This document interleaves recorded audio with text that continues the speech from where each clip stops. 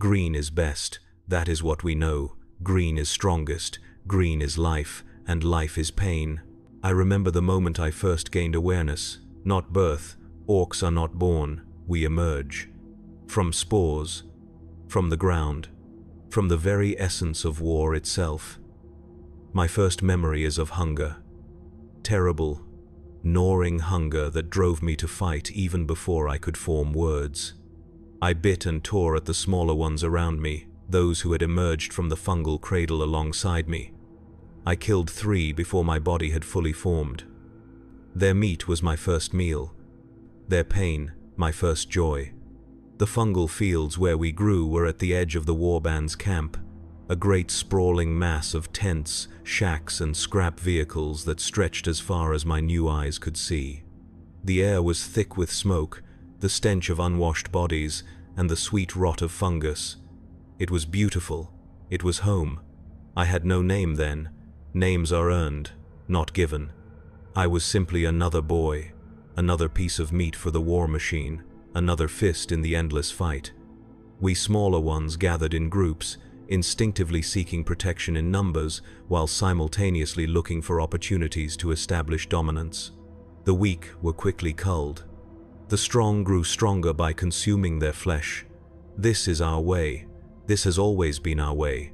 The first real challenge came when a larger orc, one who had been alive for perhaps a week longer than me, decided I had grown too confident. He was called Guchewa, a name he had earned by his habit of attacking the throat. He charged at me while I was gnawing on a bone, hoping to catch me unaware. But I had been watching him, studying his movements. I knew his kind. I dropped the bone and met his charge head-on, driving my forehead into his nose with all my strength. The satisfying crunch of cartilage breaking was like music. Guchewa howled and staggered back, green blood pouring down his face. But he was bigger, and anger only makes an orc stronger. He came at me again, this time more cautiously. We circled each other, the other boys forming a ring around us, hooting and jeering, placing bets on which of us would soon be dinner. Guchewa feinted left, then lunged right, his jagged teeth aiming for my throat. I twisted away, but not fast enough. His teeth sank into my shoulder, tearing through the thin muscle. Pain shot through me, sharp and clarifying. Something happened. Something changed inside me. The pain did not weaken me. It focused me. It filled me with a rage so pure, so perfect, that everything else fell away. There was only Guchewa and me, and one of us would not see the next sunrise. I brought my knee up into his gut, forcing him to release his bite. Then I attacked, all thought gone, nothing but instinct and fury driving my fists into his face, over and over, until his features were a ruined mass of pulp and broken teeth. Even then I did not stop. I continued to pound and tear until someone larger pulled me off. It was a knob, one of the bosses, his skin darker green with age and experience, his body covered in crude metal armor and scars. He looked at what remained of Guchewa, then at me, and grunted something that might have been approval. "You fight good, runt," he said, his voice like rocks being crushed. "But you waste good meat." He was right. In my frenzy, I had rendered Guchewa inedible, the body too damaged to provide sustenance. It was wasteful, stupid. I lowered my eyes, expecting punishment. Instead, the knob tossed something at my feet. A crude club, little more than a length of metal with a handle wrapped in leather. "You grubskull now," the knob declared. "You eat last tonight for wasting meat. Tomorrow, you join raid." And so I was named. Grubskull, not for any great deed or particular feature, but for the simple brutality with which I had destroyed Guchewa. It was not a name to inspire fear or respect, but it was mine. It marked me as something more than just another boy. That night, as the knob had decreed, I ate last. The choicest cuts were long gone by the time I was allowed to approach the cooking pits. I made do with gristle and half-burned fat, but it was enough. I had survived my first real fight. I had earned a name. I had been given a weapon. Tomorrow, I would join a raid. Tomorrow, I would truly begin to live. Sleep came in fitful bursts, my new weapon clutched tightly to my chest. Around me, the warband continued its nightly activities. Fights broke out sporadically. Laughter and roars of pain mingled with the constant background noise of machinery being tinkered with, metal striking metal as weapons were repaired or improved. The smell of smoke and cooking meat never faded. This cacophony was our lullaby, the discord that somehow made perfect sense to our kind. I dreamed of battle, of glory, of growing larger and stronger with each enemy slain. I dreamed of one day becoming a nob myself, perhaps even challenging the Warboss. These were good dreams, proper Orky dreams, but beneath them lurked something else, something I could not quite grasp. A sense of purpose beyond simple violence, a direction, a calling. Morning came with the roar of engines and the bellowing of nobs gathering their squads. I rose quickly, eager to prove myself. My shoulder still throbbed where Guchua had bitten me, but the wound was already closing. We heal fast, we Orks. It is one of our greatest strengths. As long as we are not killed outright, we will recover, often stronger than before. The nob who had named me, who I learned was called Scracker, gathered his boys together. There were perhaps 30 of us, a mix of sizes and experience. Some had crude armor cobbled together from scrap metal and leather. Others, like me, wore nothing but the tough green skin we were born with. All had weapons of some kind, mostly clubs and axes, with a few lucky ones carrying salvaged guns. Scracker himself was an impressive sight in the morning light, standing nearly twice my height. His body was a map of old wounds and badly healed injuries. One of his tusks was broken, the jagged remainder filed to a wicked point. His right eye was milky with blindness, yet he moved with a predatory grace that belied his bulk. His weapon of choice was a massive cleaver that looked to have once been part of some imperial machinery. Now it was an instrument of death in the hands of a master. "Listen up, runts," Scracker growled, his good eye scanning us with contempt. "Today we hit Hume Farm. Small place, few guards, easy meat, easy loot. But any boy who runs, I kill myself. Any boy who gets in my way, I kill. Any boy who takes loot before I say, I kill. Understand?" We all nodded or grunted our acknowledgement. The rules were simple and fair. Scracker was boss. We followed, fought, and maybe lived to fight again. Those who disobeyed died, and their equipment became available to the rest of us. It was a system that had worked for countless generations of Orks across numberless battlefields. We piled into the back of a battle wagon, a massive ramshackle vehicle that seemed held together more by faith than engineering. Its sides were reinforced with scavenged metal, and crude spikes protruded at odd angles. The driver, a particularly enthusiastic Ork with goggles strapped to his face, revved the engine repeatedly, producing clouds of black smoke and a deafening roar that sent nearby squigs scurrying for cover. As we lurched into motion, I found myself wedged between two larger boys. One, who called himself Zoggit, had been in several raids before. He claimed to have killed 10 humans in a single fight, though the number seemed to grow with each telling. The other, Crunch, said nothing at all but stared straight ahead with an intensity that was unsettling even by Ork standards. The journey was uncomfortable. The battle wagon had no suspension to speak of, and every bump in the wasteland sent us crashing into each other. This inevitably led to fights breaking out, which Scracker quelled with swift brutality. By the time our destination came into view, 2 boys were nursing broken arms, and one lay unconscious in the corner, blood leaking from his ears.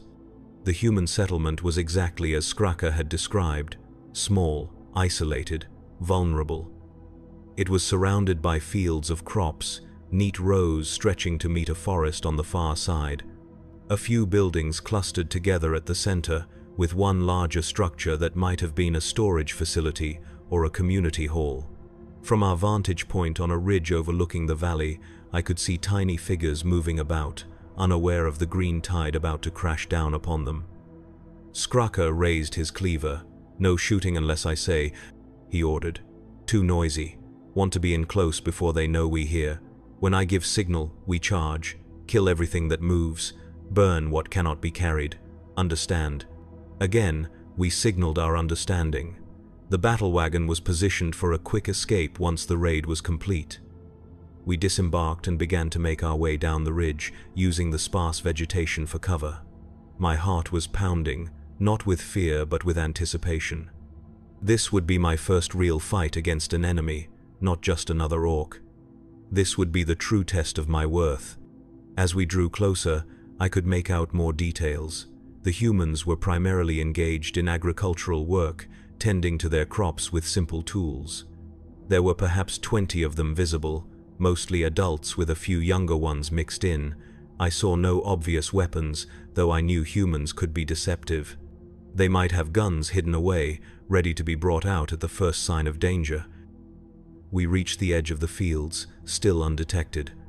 Skraka raised his cleaver again, then brought it down in a vicious arc. The signal to attack. What followed was a blur of violence and exhilaration. We burst from cover, a wave of green muscle and crude weapons, bellowing our war cries. The humans looked up in shock, their faces transitioning from confusion to terror in an instant. Some ran for the buildings, others froze in place, as if disbelieving the nightmare charging toward them. A few, braver or more foolish than the rest, raised their farming tools in defiance. I found myself sprinting toward one such human, a male who stood his ground with a long-handled farming implement held before him like a spear. He jabbed it at me as I approached, the metal tip grazing my chest. The pain was nothing, less than nothing. I swung my club, connecting with his side. I felt ribs crack beneath the impact. The human went down. Gasping, I stood over him, raised my club again, and brought it down upon his head. The sensation was unlike anything I had experienced before, different from killing another orc. This was prey, not a rival. The satisfaction was in the hunt, not the challenge. I roared my triumph to the sky, then turned to find another target. All around me, my fellow boys were engaged in similar acts of slaughter. Humans fell before us like wheat before a scythe. Some fought back with surprising effectiveness, managing to wound or even kill a few of the smaller or less careful orcs. But the outcome was never in doubt. We overwhelmed them through sheer numbers and savagery. Skraka was a whirlwind of destruction, his cleaver rising and falling in a rhythm as steady as a heartbeat. Each stroke claimed a life. He moved with purpose, heading for the largest building, cutting down anyone who stood in his path. I followed in his wake, dispatching wounded humans who still showed signs of life.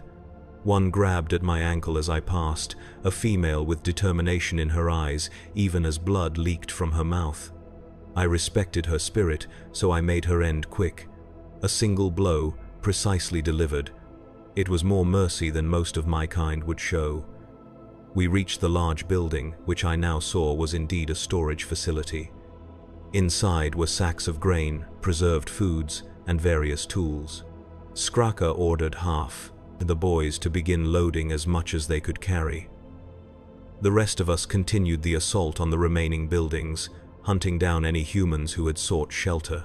I found myself approaching a small structure set apart from the others.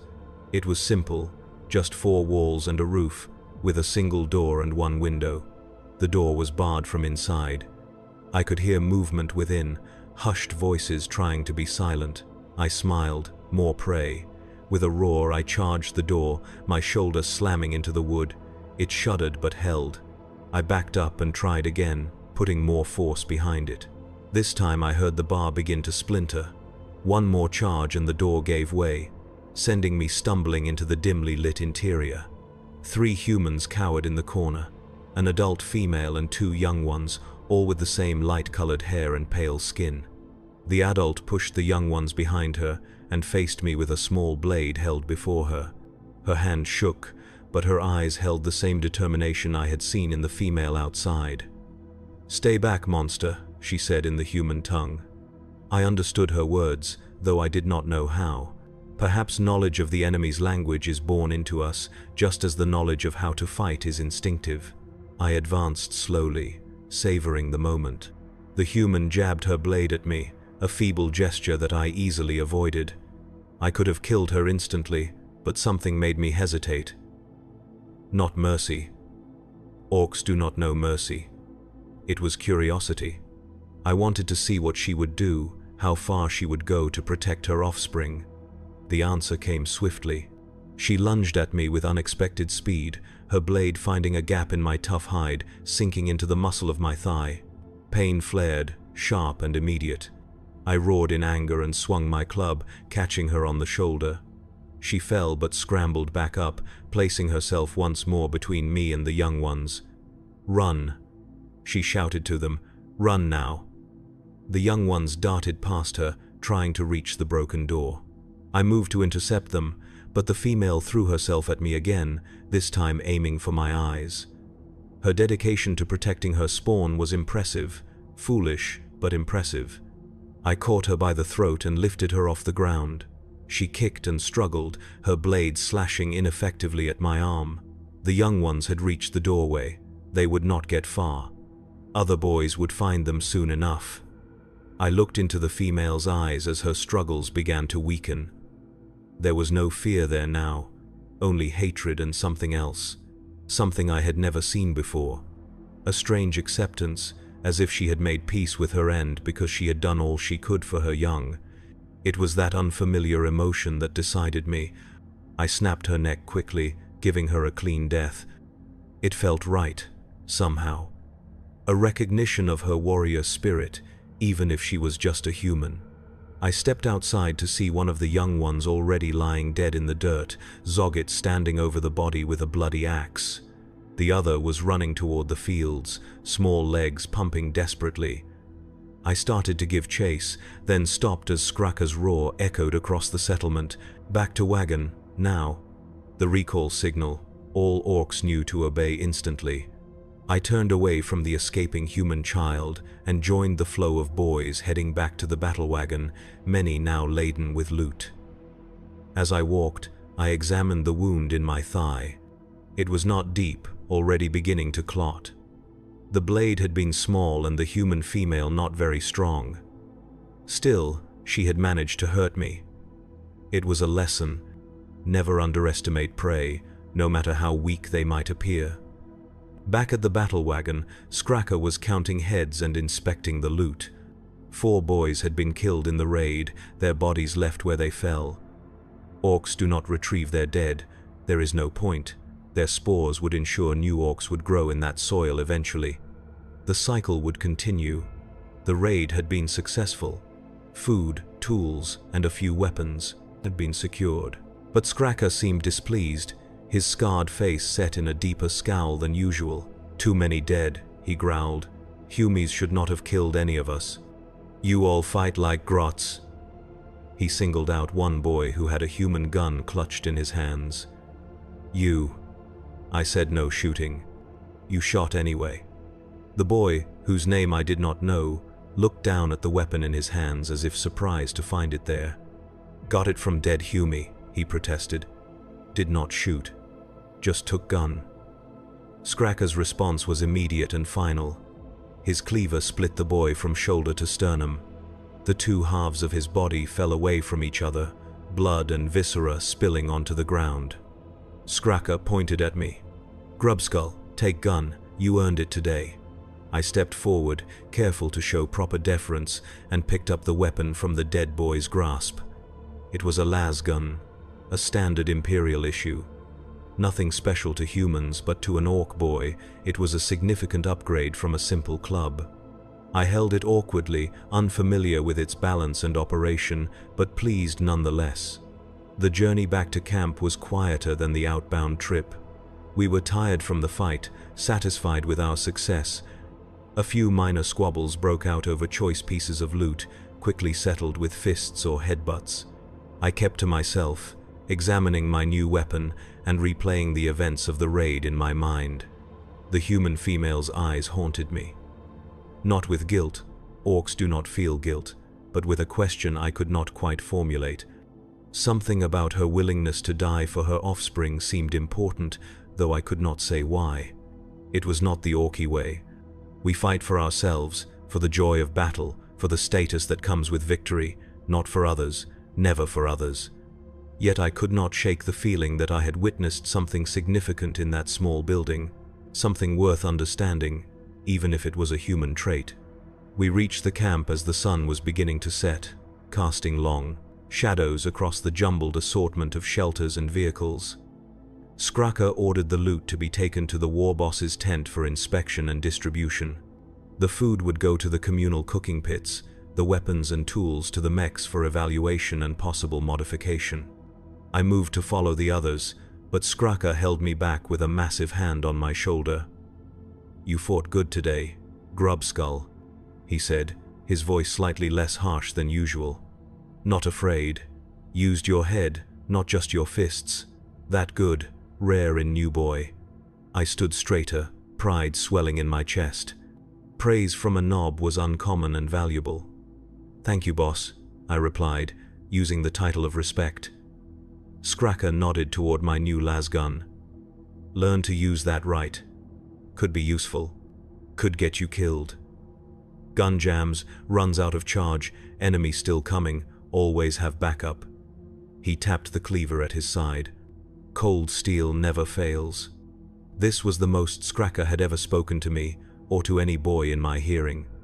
It was clearly meant as a form of mentorship, rare among our kind where most learning comes through brutal experience rather than instruction. "I understand, boss," I said. "We'll practice. We'll be ready next raid." Skraka grunted, apparently satisfied. "Go eat. Rest. Tomorrow we raid again. Different target. Harder fight. Better loot."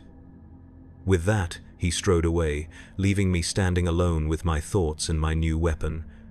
I made my way to the cooking pits, where the day's spoils were already being prepared. The smell of roasting meat filled the air, making my stomach growl with anticipation. I had earned my place at the feast today. I would not eat last tonight. As I approached, I saw Zogget and Crunch already there, tearing into chunks of meat with their sharp teeth. Zogget waved me over, surprisingly friendly given our competitive nature. "Grubskull got gun," he observed as I sat down beside him. "Good raid for you." I nodded, accepting a piece of meat from one of the smaller orcs, tending the fire. "Good raid for all," I replied. "You kill quick. Saw you with small Humie." Zogget grinned, showing meat caught between his teeth. "Easy kill. No challenge, like stepping on bug. You kill any?" "2," I said. "One fought back, had knife." I pointed to the wound on my thigh, now little more than a red line. "Got me here." Zogget laughed. "Humie hurt you? You getting soft, Grubskull." I bristled at the implication of weakness but kept my temper in check. Zogget was testing me, looking for a reaction. It was how orcs established hierarchy, through constant challenges and posturing. I had already proven myself once today. I did not need to do so again. "Not soft," I replied calmly. "Smart, learn from enemy. Next time kill faster." Zogget seemed disappointed by my restraint but did not press the issue. Crunch, as usual, said nothing, focused entirely on his food. I wondered, not for the first time, if there was something wrong with him. Most orcs love to boast and argue almost as much as they love to fight. Crunch's silence marked him as different, potentially dangerous in a culture that prizes conformity despite its chaotic nature. As night fully descended, the camp transformed. Fires burned brighter, casting wild shadows across the rough landscape. Music, if it could be called that, began to pulse through the air, produced by crude drums and improvised instruments. Orcs with no formal role as musicians simply played what felt right, creating a discordant but strangely compelling rhythm that spoke to something primordial in our nature. Some boys began to dance, a violent stomping movement that mimicked combat while serving as a form of ritualized aggression. Others engaged in wrestling matches or simple tests of strength, like arm wrestling or rock-throwing competitions. A few, exhausted from the day's activities, simply found quiet corners to sleep or work on their equipment. I chose the latter, finding a spot near one of the smaller fires where I could examine my lasgun more carefully. I field stripped it as best I could, figuring out its components through trial and error. It was surprisingly simple technology, at least in its basic operation. A power cell provided energy, which was focused through a series of lenses and emitters to produce a concentrated beam of light capable of burning through flesh and some lighter materials. The weapon had about half a charge left, according to the crude indicator on the side. Not enough for sustained combat, but sufficient for practice and emergencies. I would need to find more power cells or a way to recharge this one if I wanted to rely on the lasgun in future raids. As I reassembled the weapon, I became aware of a presence nearby. Looking up, I saw one of the mechs watching me with interest. Mechs were orcs with a natural affinity for technology, able to create and repair machinery through some instinctive understanding that most of us lacked. This one was of medium size, his body adorned with various tools and mechanical bits integrated directly into his flesh. "New shooter you got there, boy?" the mech said, his voice tinged with the distinctive accent common to his kind. "Want me to make it more killy?" I hesitated. Mech modifications were desirable, making weapons more powerful or adding unexpected features, but they also tended to make Imperial technology less reliable, more prone to malfunctions or explosive failures. I recalled Skruka's advice about always having a backup. "What would you do to it?" I asked cautiously. The mech grinned, revealing metal teeth that gleamed in the firelight. "Could make beam hotter, more burny, could add bayonet for when charge runs out, could make it louder, scarier." All tempting options, but I was not convinced. "What does it cost?" I asked, knowing that nothing came free in Orc society. "2 teeth," the mech replied, naming his price in the universal Orc currency of teeth, specifically the larger tusks that grew throughout our lives and occasionally fell out, to be replaced by larger ones. It was a fair price, but I had no teeth to spare, not yet. I was too new, and had not collected any from fallen foes or lost any of my own in combat. "No teeth yet," I admitted. "After next raid, maybe." The mech nodded, unsurprised. "Come find Nazgrim when you got teeth, make your shooter proper orky." With that, he wandered off, likely in search of customers who could actually pay for his services. I finished reassembling the lasgun and set it aside, making sure it was within easy reach. Then I leaned back against a convenient rock and stared into the fire, letting my mind drift. The images from the raid played through my thoughts again. The human settlement, the fighting, the female with the knife and her strange, sacrificial courage. Sleep eventually claimed me, bringing dreams of battle, as always. But this time, there was something new mixed in with the familiar visions of glory and conquest. A sense of searching, of looking for something beyond the next fight. It was unsettling, unorky. I pushed it away, focusing instead on the simpler pleasures of imagined violence. Morning came too soon, heralded by the same cacophony of activity that marked every day in the camp. I awoke stiff but rested, my body having healed completely during the night. The wound on my thigh was now just a faint line, barely visible against my green skin. I gathered my weapons, the club now relegated to backup status with the lasgun taking primary position, and made my way to where Skruka's squad was assembling. Today's raid would be different, he had said, harder. I was eager to prove myself again, to cement my growing status within the group. The target, as Skruka explained, was another human settlement, but this one was better defended. A mining outpost with a small garrison of Imperial Guard, real soldiers, not just farmers with tools. They would have guns, training, possibly even light armor or defensive positions. More risk, Skruka acknowledged. More reward, good guns, good armor, good fight. He assigned specific roles this time, a level of planning unusual for an Orc raid.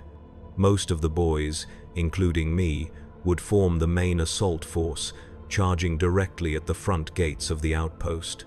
A smaller group, led by Skruka himself, would circle around and attack from the rear once the defenders were engaged with us. It was a simple pincer movement, but it showed a tactical awareness that surprised me. We traveled in 2 battle wagons this time, along with a small group of Ork bikers who would provide mobile support and chase down any humans who tried to flee. The journey took longer, the outpost being further from our camp and situated in rougher terrain. As we approached, I got my first glimpse of our target. It was more impressive than the farm, a collection of sturdy buildings surrounded by a perimeter wall made of rockreet and metal. Guard towers stood at each corner, and I could see the glint of weapons as sentries scanned the surrounding area.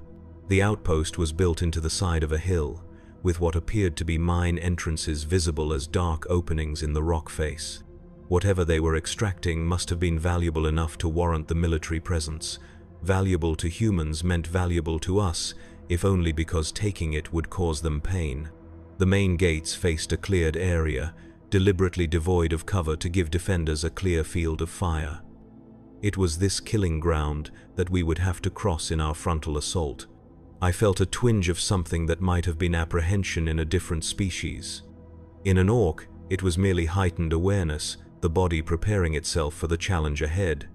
The knob leading our assault group, a scarred veteran named Gragskull, was more taciturn than Skraka but no less intimidating. He gave us simple instructions.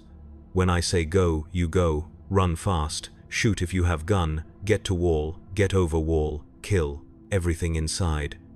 Any questions? There were none. The plan was straightforward enough. The complexity lay in surviving long enough to reach the wall. We positioned ourselves at the edge of the tree line, ready to burst forth on command. Skraka's group had already departed, circling wide to approach from the opposite side. The bikers were distributed on both flanks, engines idling with an impatient growl that matched my own mood. Gragskull raised his hand, holding us in place as he watched the guard towers through a pair of looted binoculars. He was waiting for something, though I did not know what. Then I heard it, a distant explosion from the far side of the outpost, Skraka's signal. "Go!" Gragskull roared, lowering his hand in a chopping motion. And we went. 30 Orks charging across open ground toward a defended position, bellowing war cries and brandishing weapons. It was glorious. It was insane. It was perfectly Orky. The response was immediate. Lasgun fire erupted from the towers and the wall, red beams cutting through the air around us. 2 boys fell in the first volley, their bodies tumbling lifelessly to the ground. Another was hit in the leg but continued to run, dragging the wounded limb behind him with stubborn determination. I ran in a zigzag pattern, making myself a harder target while still maintaining forward momentum. My lasgun was clutched in both hands, useless until I got closer. Imperial Guard weapons had better range than most Ork firearms, and my looted lasgun was no exception. Another boy fell just ahead of me, a lasbolt burning through his throat in a spray of steam and blood. I leapt over his body without breaking stride. The wall was getting closer.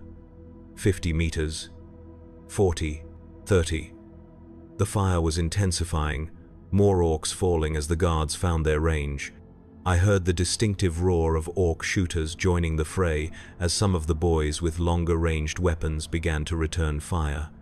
Most of the shots went wide, Ork marksmanship being notoriously poor, but it provided some covering fire as we closed the distance. 20 meters.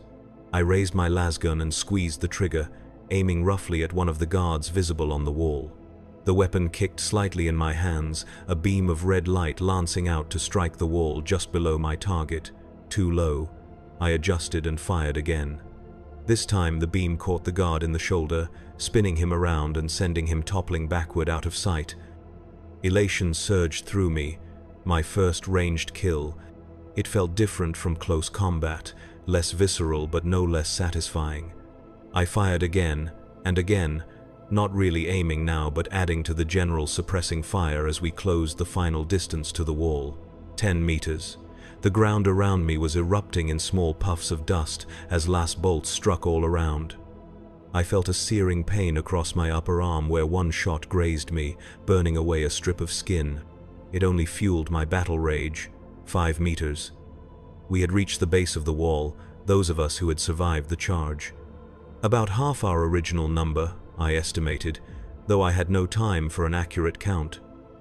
Gragskull was there, shouting orders, organizing the assault on the wall itself. Some boys produced crude grappling hooks attached to ropes, which they began to swing above their heads. Others simply started to climb, using the rough surface of the rockreat and any protruding features as handholds. I opted for the latter approach, slinging my lasgun across my back and beginning to scale the 3-meter-high barrier. The guards above were now leaning over, firing down at us at point-blank range. One boy next to me took a last bolt directly to the top of his head, his skull exploding in a shower of bone fragments and brain matter. His body toppled backward, nearly taking me with it. I clung to the wall, finding new handholds, continuing to climb. I reached the top and hauled myself over the edge, coming face to face with a startled human guard. Before he could bring his weapon to bear, I grabbed him by the front of his uniform and pulled, using his own weight to topple him over the edge. His scream was cut short by the impact below. Now, on top of the wall, I unslung my lasgun and took stock of the situation. The outpost was in chaos. Skraka's rear assault had breached the back gate, and his group was now rampaging through the compound. Fires had broken out in several buildings, and the sounds of combat echoed from all directions. The guards were trying to mount an organized defense, falling back to a central building that likely served as their barracks or command center. They moved with a discipline that was alien to Ork warfare, covering each other's retreats, laying down suppressing fire in coordinated volleys. Gragskull had made it over the wall and was rallying those of us who had survived the initial assault. "Push them," he commanded, pointing toward the central building. "No escape, no mercy." We surged forward, a green tide flowing through the outpost.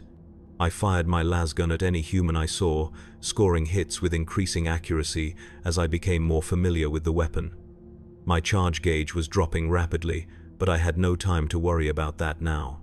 As we approached the central building, the resistance stiffened.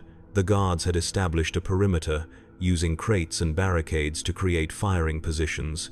They were no longer retreating but making a stand. Gragskull assessed the situation with the experienced eye of a veteran warrior. "Flank left," he ordered half the group. "Rest with me, straight at them, draw fire." I found myself in the frontal assault group. We charged directly at the human barricades, firing as we ran, creating a wall of last bolts and crude bullets that forced the defenders to duck for cover. The first wave of us crashed into the barricades like a green tsunami. I vaulted over a stack of crates and landed amongst 3 human guards. My lasgun's charge was depleted, so I swung it like a club, catching one guard across the face with enough force to shatter bone. I dropped the weapon and drew my backup club, the familiar weight comforting in my hand as I engaged the other 2. They fought well for humans, working together, one trying to distract me while the other looked for an opening. But they were facing an orc, and not just any orc. I was Grubskull, veteran of 2 raids now, killer of humans. I feinted toward one, then spun and brought my club down on the other's shoulder with a satisfying crunch. As he fell, I charged the remaining guard, absorbing a knife thrust to my side without slowing. My club connected with his ribs, then his head, and he went down in a heap. All around me, similar scenes played out as orcs engaged in close combat with the defenders. What we lacked in technique, we made up for in strength, ferocity, and numbers. The human line buckled, then broke. They retreated into their central building, sealing the heavy metal door behind them. Gragskull surveyed the situation, his face contorted in a grin that was equal parts pleasure and frustration. "Need to get inside," he growled. "Skraka, bring demo charge." Skraka emerged from the crowd, holding what appeared to be a large bundle of explosives cobbled together by one of the mechs. He approached the door, placed the charge against it, and activated some kind of crude timer mechanism. "Back!" he shouted, retreating quickly. We all took cover behind whatever was available, some diving behind barricades, others simply hitting the dirt. The explosion was magnificent, a flower of flame and smoke that blossomed outward, sending the reinforced door flying inward. Before the dust had even settled, we were up and charging through the newly created entrance. Inside was a scene of desperate last stands and bloody close-quarters combat. The remaining guards had taken positions behind overturned tables, in doorways, anywhere that offered some protection. They fought with the determination of those who know they are doomed but refuse to accept it. I found myself pushing forward alongside Crunch, the silent orc who had been at the cooking fires the previous night. He fought with a cold efficiency that contrasted sharply with the typical orc berserker rage. Each movement was precise, each blow calculated to disable or kill with minimal effort. It was almost artistic, in its own brutal way. We cleared room after room, leaving nothing alive in our wake. In one chamber, we found what appeared to be the mining operations administrative center. Maps and charts covered the walls, and a large table dominated the center of the room. On it was a detailed model of the surrounding area, with the mine and outpost represented in miniature. Crunch grunted, the first sound I had heard him make voluntarily. He pointed at the model, then at a specific location marked with a small red flag. I did not understand the significance, but I could tell he thought it important. Our exploration was interrupted by a burst of gunfire from the doorway. A human officer, distinguished by the insignia on his uniform, was firing a compact auto pistol at us. Crunch took a round to the shoulder but barely seemed to notice. He charged the officer, moving with that same eerie precision. The human managed to get off 2 more shots before Crunch reached him. Both hit, one in the chest and one in the thigh, but neither slowed the orc's advance. Crunch lifted the officer by the throat, studied his face for a moment, then slammed him against the wall with enough force to crack the plaster. The human gasped, blood trickling from his mouth, but still defiant. "Filthy Xenos," he spat. "The Emperor protects." Crunch tilted his head, as if considering these words, then simply crushed the man's windpipe with a squeeze of his massive hand. He let the body drop, then turned back to me, his expression unreadable. The sounds of combat were fading now, replaced by the whoops and bellows of combat with victorious orcs. The outpost had fallen. Any humans not killed in the fighting were being rounded up, either to be killed for sport or taken as slaves, depending on Skraka's mood. I made my way back outside, where orcs were already looting anything of value.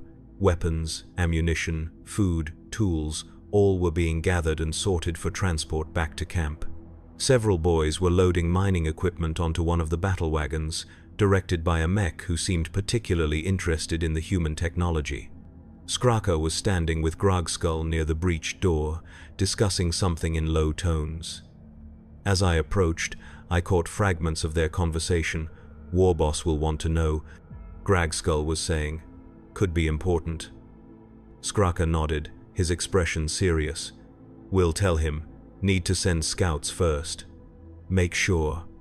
They noticed me hovering nearby and fell silent. Skraka gave me an appraising look, noting the wounds I had accumulated during the assault. "You still alive, Grubskull?" he observed, getting tougher. I straightened, recognizing the compliment. "Good fight, boss. Killed many humies."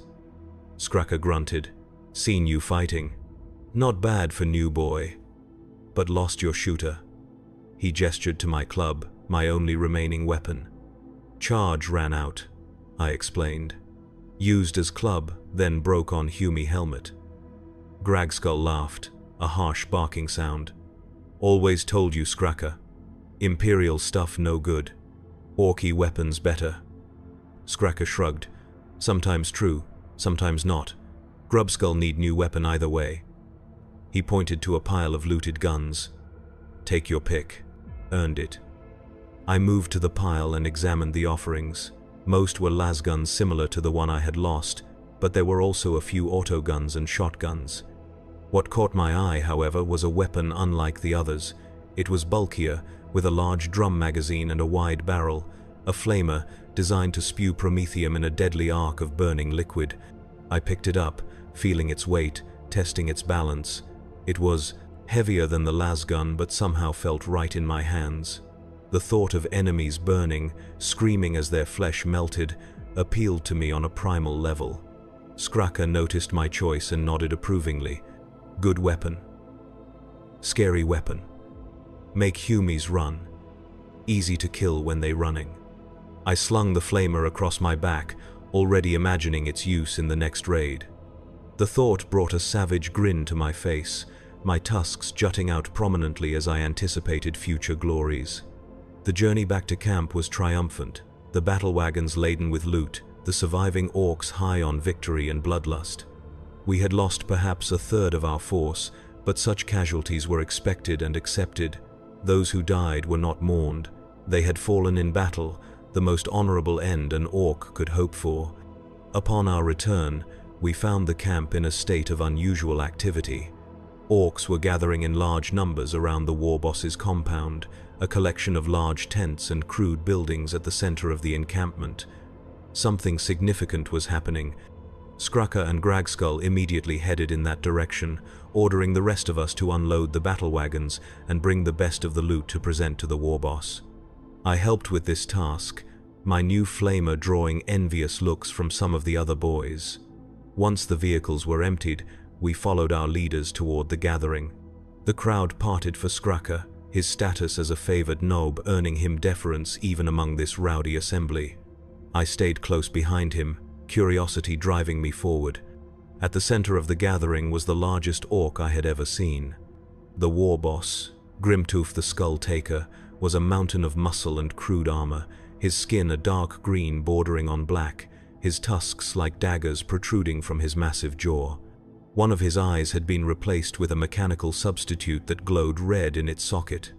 He carried a power claw on one arm, the energy field surrounding it crackling with barely contained force, while his other hand gripped a massive shooter that would have required 2 hands for a normal orc to wield. Beside the Warboss stood a smaller figure, hunched and twisted. A weird boy, one of the rare orcs born with psychic abilities. This one was adorned with fetishes and talismans, bones and teeth hanging from his clothing and pierced through his skin. His eyes were wild, unfocused, occasionally flashing with unnatural energy as the psychic power built up within him threatened to discharge.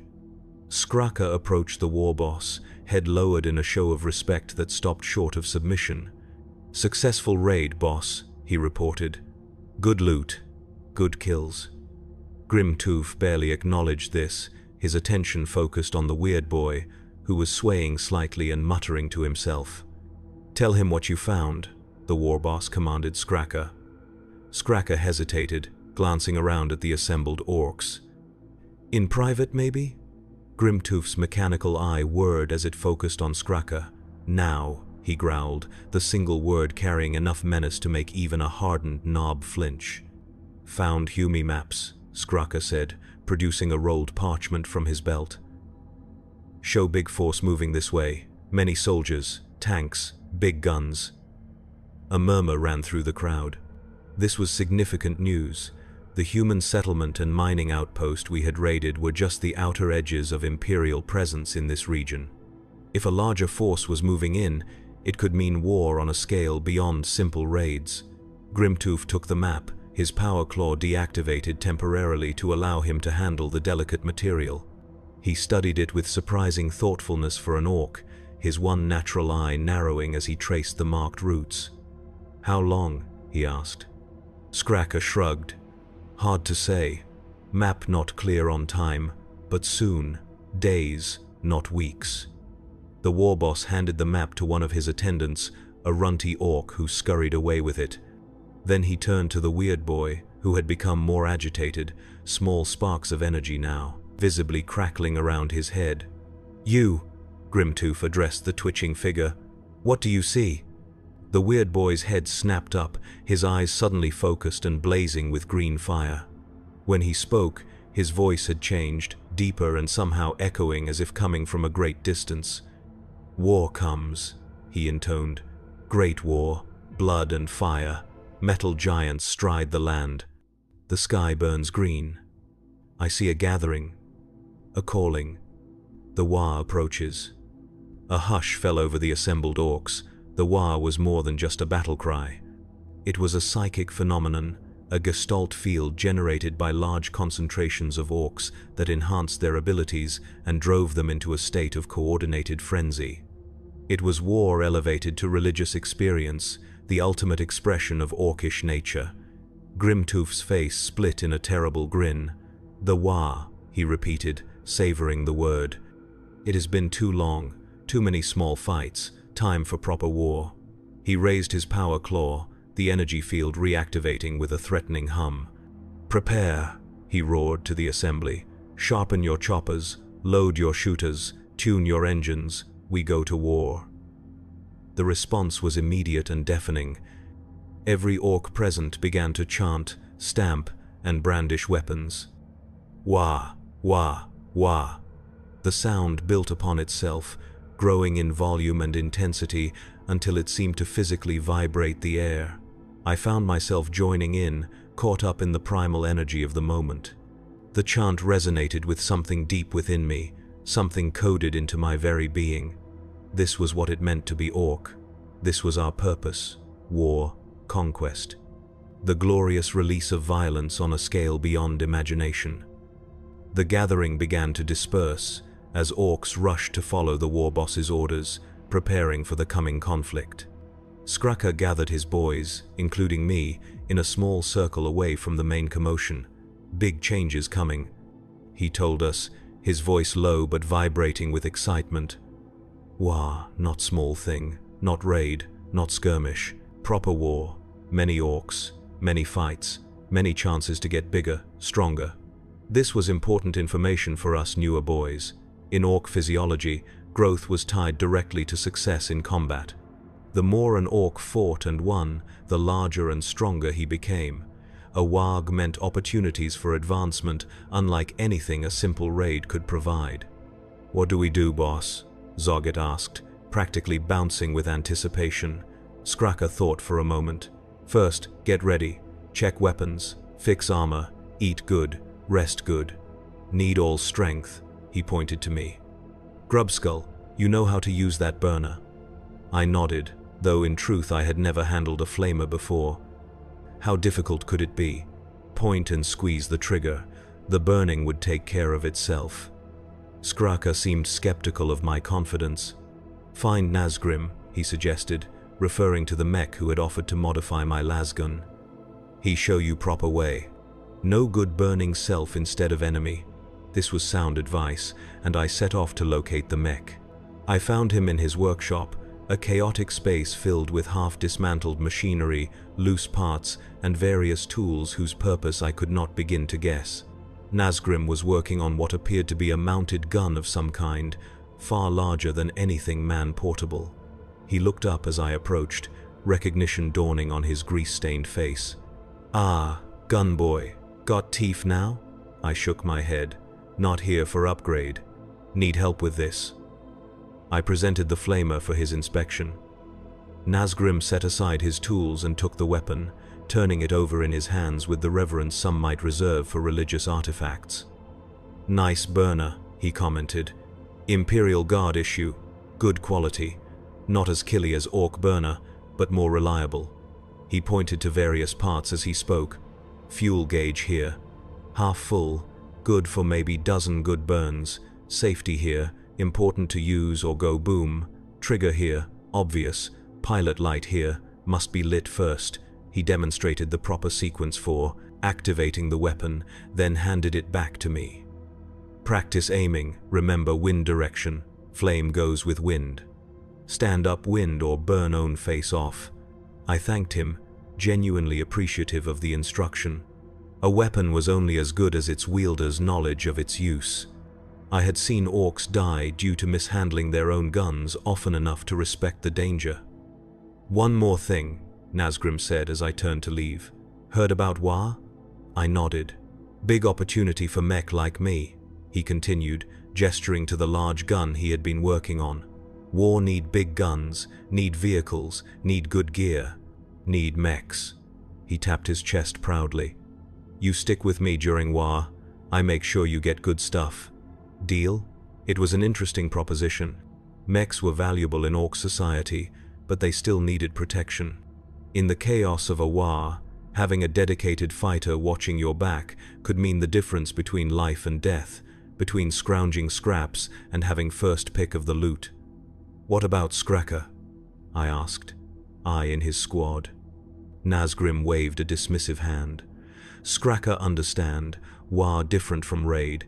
Everyone mix up, new groups form, new bosses rise, old bosses fall. Everything change in Waaagh." This made sense. The rigid hierarchies of peacetime Orc society often dissolved in the fluid dynamics of large-scale warfare. It was how new warbosses emerged, how reputations were made and broken. "Deal," I agreed. "I watch your back. You give me good gear." Nazgrim grinned, extending a hand stained with grease and what might have been blood. "Deal." We clasped hands briefly, a rare formal gesture among our kind. Then I left him to his work and went to find a suitable place to practice with my new weapon. The following days were a whirlwind of activity as the entire camp prepared for war. More Orcs arrived daily, drawn by the psychic beacon of the forming Waaagh. Small bands like ours were joined by larger mobs, some bringing significant arsenals of vehicles and heavy weapons. The camp expanded rapidly, sprawling across the landscape like a green stain. I spent my time practicing with the flamer, learning its quirks and limitations. It was a devastating weapon at close range, but useless beyond about 20 meters. Its fuel supply was limited, requiring careful conservation for maximum effect. And, as Nazgrim had warned, it was sensitive to wind conditions. I learned this lesson the hard way, singing my arm when an unexpected gust blew the flames back toward me. Skraka was busy with Warboss Grimtooth and the other knobs, planning the coming campaign. This left us boys largely to our own devices, though regular training sessions were organized to keep us sharp. These often devolved into brawls, but even that was useful practice in its own way. I saw little of Crunch during this time. The silent Orc had been assigned to a scouting party, sent to gather more information about the approaching Imperial force. When he returned, 5 days after the announcement of the Waaagh, he brought disturbing news.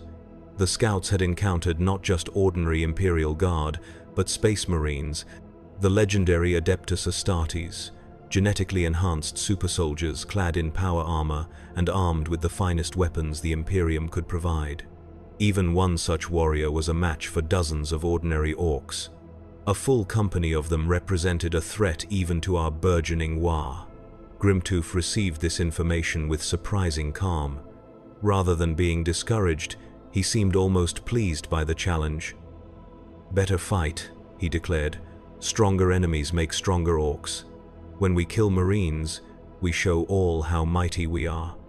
This confidence inspired the rest of us, though I noticed some of the older, more experienced knobs exchanging concerned looks. They had faced Marines before, perhaps, and knew the true measure of the threat, but no one dared voice doubt, not with the Waaagh energy building to a fever pitch. On the 7th day of preparations, Grimtooth called the entire warband together. Thousands of Orcs gathered in a natural amphitheater near the camp, a sloping basin that allowed all to see and hear the Warboss as he stood upon a makeshift platform of wreckage and stone. "Tomorrow we march," he announced, his voice carrying effortlessly to the furthest edges of the assembly. "Tomorrow we bring war to the Humies. Not small war, not raid, real war. Proper Orky war." A roar of approval answered him, weapons brandished, feet stomping in rhythm. "They bring their best against us," Grimtooth continued when the noise had subsided slightly. "They're metal men, they're space marines. They think this scare us." He laughed, a sound like boulders colliding. "We Orcs, we fear nothing. We fight anything. The bigger they are, the more fun to kill." Another roar, louder than before. "Remember," the Warboss raised his power claw, the energy field casting an eerie glow across his scarred features. "We are green. Green is best. We are strongest. We are Orcs. And tomorrow we are Waaagh." The final word was taken up by every throat present, a thunderous chant that seemed to shake the very ground. "Waaagh, Waaagh, Waaagh." I added my voice to the chorus, feeling the energy building, the psychic field that connected all orcs growing stronger, more coherent. It was intoxicating, a rush beyond anything I had experienced in my short life. This was what we were made for. This moment, this feeling, this promise of violence on a scale beyond imagination. That night, there was little sleep in the camp. Bonfires burned high, around which orcs danced, fought, feasted, and boasted of the deeds they would perform in the coming battle. Crude alcohol flowed freely, further inflaming passions already running hot. I indulged moderately, wanting to keep my wits sharp for what lay ahead. I found Nazgrim making final adjustments to a collection of weapons laid out on a tarp. He greeted me with a nod, then pointed to a set of makeshift armor pieces. "For you," he said, "not fancy, basic protection. Better than nothing." The armor consisted of scavenged Imperial Guard flak plates, modified to fit orc proportions and reinforced with additional metal scraps. It would not stop a bolter round or a power sword, but it might turn aside lesser weapons or at least reduce the damage they inflicted. "Thanks," I said, trying on the chest piece. It fit reasonably well, tight enough to stay in place during movement, but not so tight as to restrict my breathing or mobility. Nazgrim helped me secure the rest of the pieces, then handed me a bandolier of fuel canisters for my flamer. "Full tank in weapon," he explained. "These for reload, 6 total, make them count." I nodded, understanding the value of such a gift. Fuel was precious, carefully hoarded by those with flame weapons. For Nazgrim to provide so much indicated that our arrangement was more than just convenient words. "Tomorrow, stay close," the mech instructed. "Front line, dangerous place for mech. You keep burner ready. Anyone get too close to me, you cook them. Clear?" "Clear," I confirmed. "Where in formation we go?" Nazgrim pointed to a crude map spread out nearby, showing the planned deployment of the Waaagh. "Here," he indicated a position in the second wave, behind the initial assault force, but ahead of the heavy support elements. "Good spot, see plenty action. Not first to die." This seemed a reasonable compromise between safety and opportunity. The front ranks would absorb the initial defensive fire, breaking upon the Imperial lines like a wave upon rocks. But many would die in that first clash. The second wave would exploit the breaches created, pushing deeper into enemy territory where kill opportunities would be plentiful. I spent the remainder of the night checking and rechecking my equipment, ensuring everything was in working order. My flamer was clean and properly fueled. My backup weapon, a crude axe I had traded for with another boy, was sharp and securely fastened to my belt. My armor, such as it was fitted as well as possible and would not shift during combat. Morning came with the blaring of horns and the revving of engines. The Waaagh was assembling, thousands of orcs forming into their designated groups. The noise was overwhelming, a physical presence that beat against the ears and vibrated in the chest. Clouds of dust rose as vehicles took their positions, from small bikes to massive battle wagons and the looming silhouettes of salvaged tanks. I found Nazgrim amidst the chaos, the mech loading equipment onto a lightweight vehicle with a mounted gun. He waved me over, pointing to the passenger seat. "You ride with me," he shouted over the din. "Better than walking, save energy for fighting." I clambered aboard, securing my flamer within easy reach.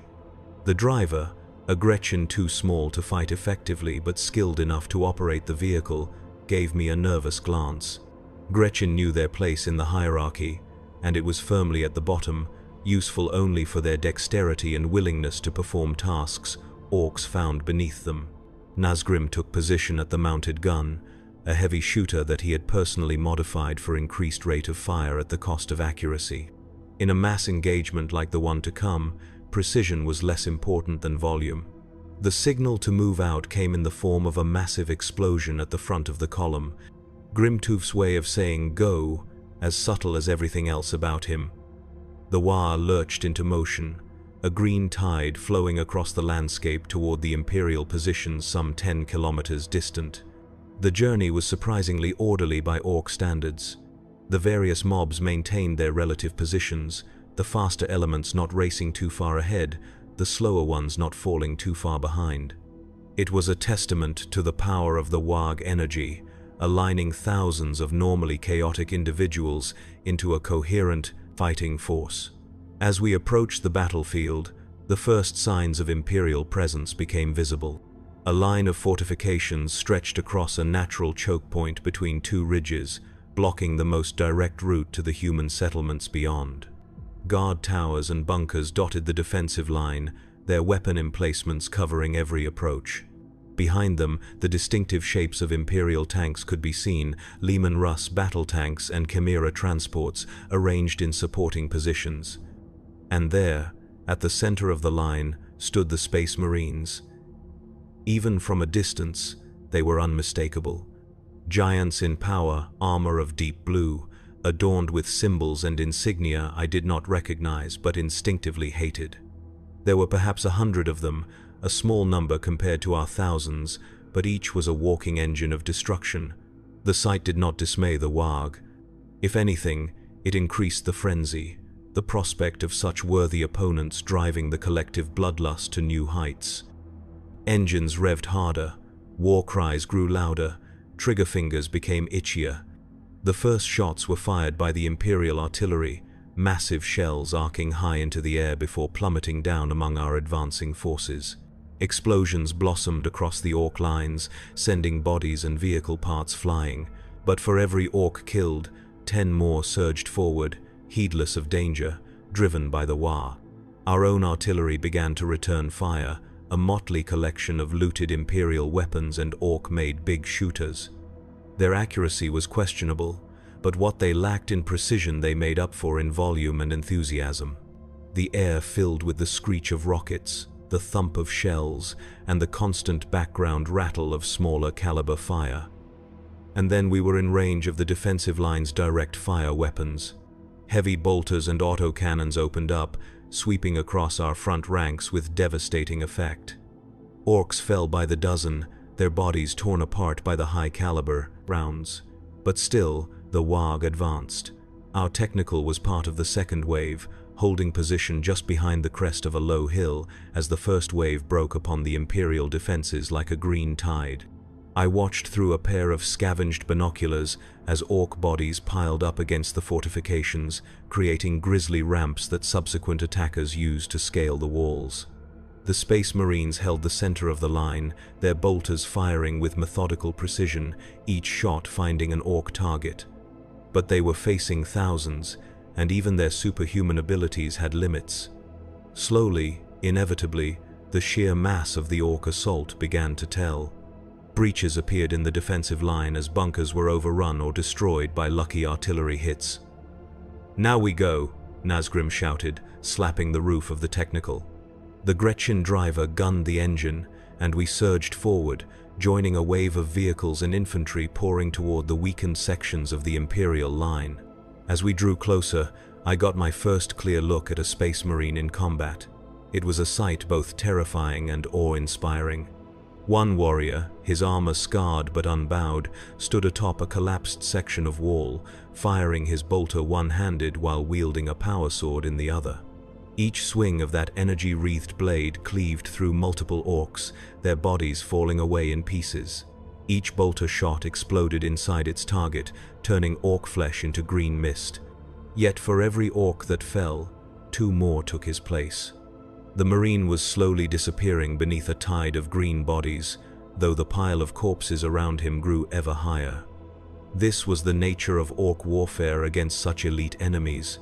We would drown them in our numbers, paying in blood for every meter gained, but gaining it nonetheless. Our technical bounced and jolted across the uneven ground, now littered with craters and bodies.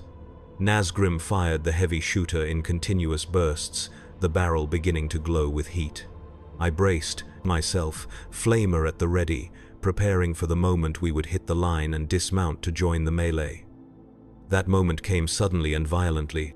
A rocket struck the ground just ahead of us, the explosion lifting the front of the technical into the air. We flipped, the world spinning around me as I was thrown clear. I hit the ground hard, my crude armor absorbing some of the impact but still leaving me dazed. I struggled to my feet, searching for my flamer. It lay a few meters away, miraculously intact.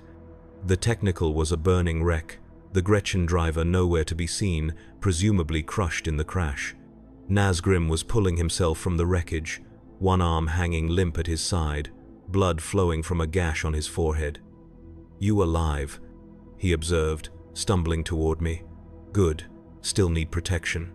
I retrieved my flamer and moved to the mech's side, supporting him as we made our way toward the Imperial line. All around us, the battle raged in its full fury. Orks had breached the defenses in multiple places now, pouring through the gaps to engage the defenders in close combat. The disciplined volleys of Imperial fire had devolved into desperate point-blank exchanges and brutal hand-to-hand fighting. We reached the line at a section where the wall had been completely demolished, reduced to rubble over which Orks were scrambling to reach the Imperial positions beyond. Nazgrim paused, catching his breath, assessing the situation with a tactician's eye unusual for our species. "Marines falling back," he noted, pointing to a group of the armored giants who were indeed conducting a fighting retreat toward a secondary position. "Good for us. Bad for us. They not running. Regrouping. We'll counterattack soon." This insight proved prophetic. Even as we watched, more Space Marines appeared from behind the secondary line, these mounted on assault bikes that roared as they charged toward the Ork breakthrough. Behind them came heavy support in the form of Centurion, suits, walking arsenals whose every movement unleashed storms of firepower. The Orks who had breached the line found themselves caught in a devastating crossfire, but rather than retreat, they surged forward with renewed vigor, seeking to close with the Marines before their superior firepower could thin the green ranks too severely. "We go right," Nazgrim decided. "Away from main counterattack. Find weaker point. Get behind them." It was sound strategy, and I followed his lead as we skirted the heaviest fighting, moving along the collapsed wall toward a section where the Imperial Guard, not Marines, held the line. These human soldiers were formidable in their own right, but they lacked the transhuman advantages of the Adeptus Astartes. They were prey we could handle. We joined a small mob of Orks assaulting this section, adding our firepower to theirs. I used my flamer for the first time in actual combat, sending a stream of burning promethium into a guard position. The effect was immediate and horrifying.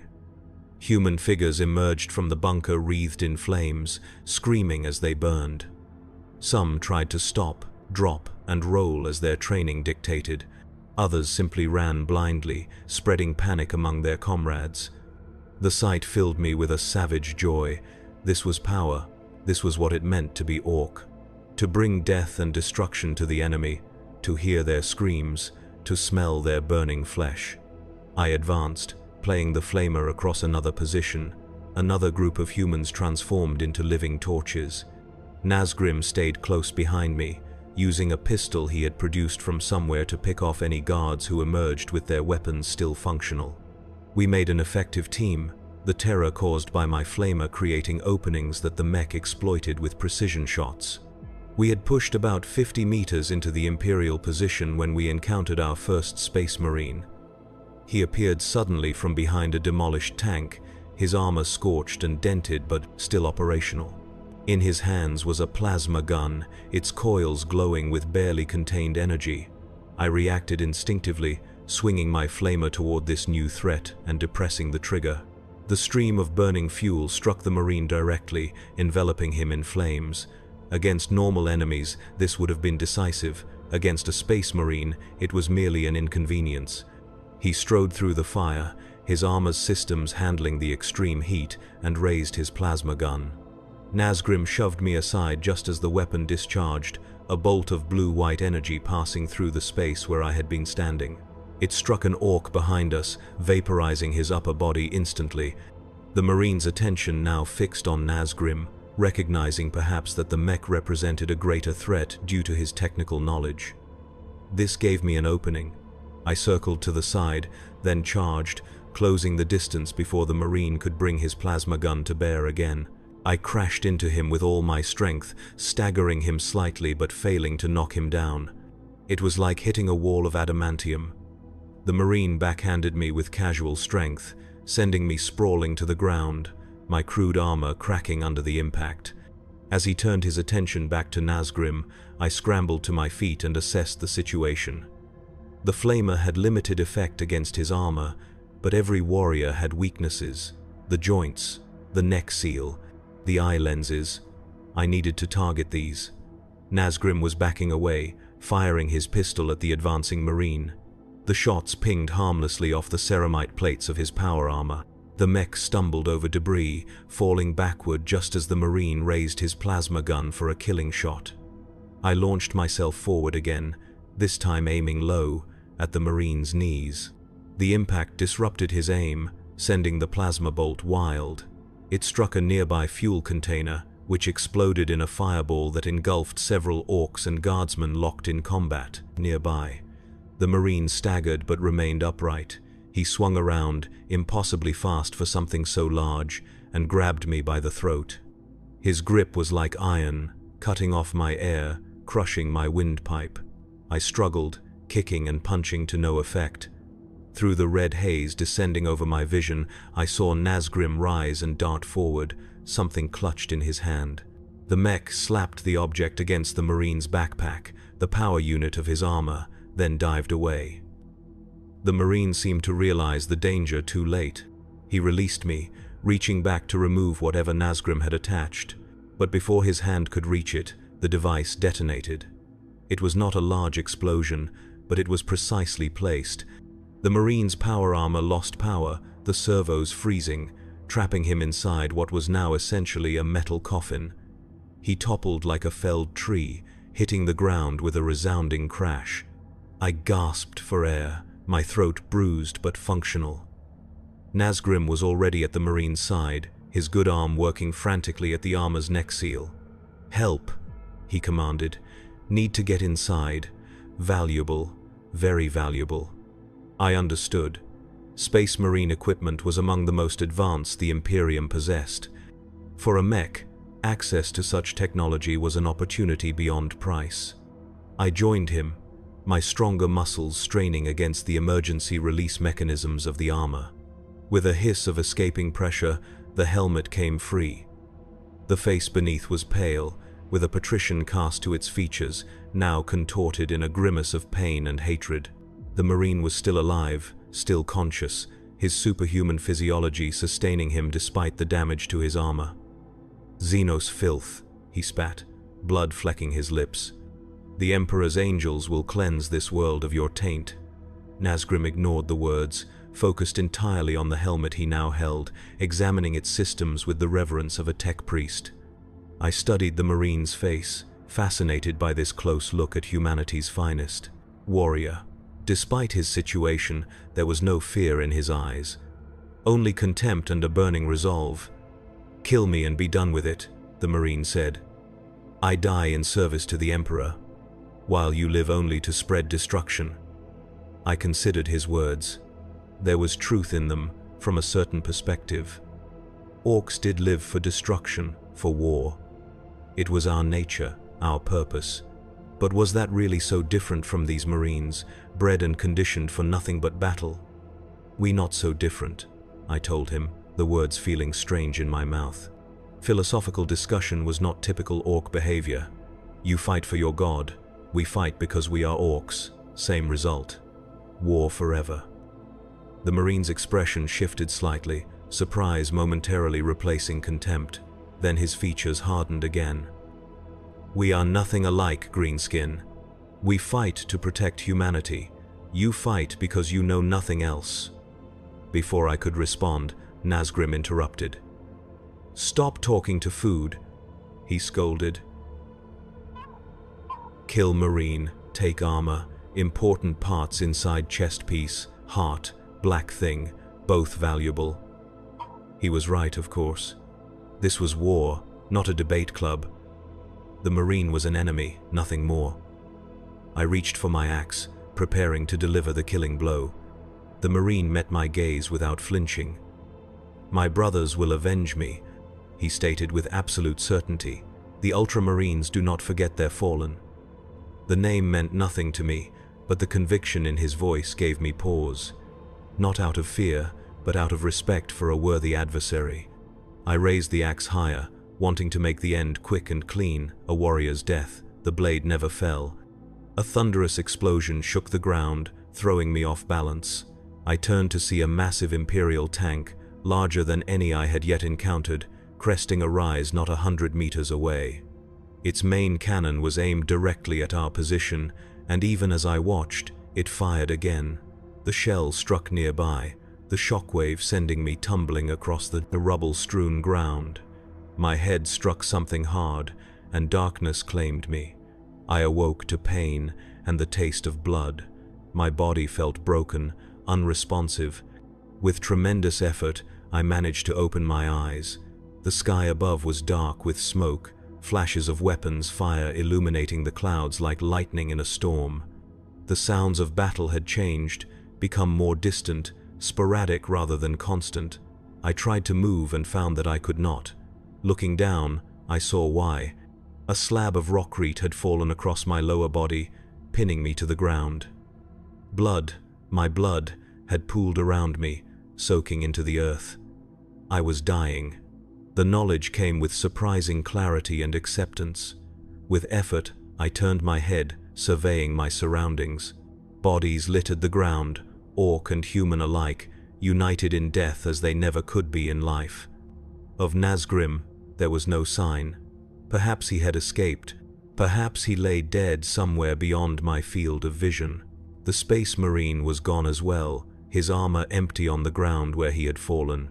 Whether his brothers had rescued him or Nazgrim had finished harvesting his augmented organs before fleeing, I could not say. In the distance, I could see the battle continuing. The Waaagh had pushed deep into Imperial territory, green hordes flowing around pockets of resistance like water around rocks. But something had changed. The tide was no longer advancing. In places, it was even receding. As my vision began to dim, I realized what had happened. Reinforcements had arrived for the Imperials. More Space Marines, these in different colors, dropping from the sky in pods of metal that crashed into the heart of the Orc forces. Fresh Guard regiments deploying from massive landers on the far side of the battlefield. The Waaagh was strong, but even it had limits. I felt no despair at this realization. Victory or defeat, it mattered little to an individual Orc.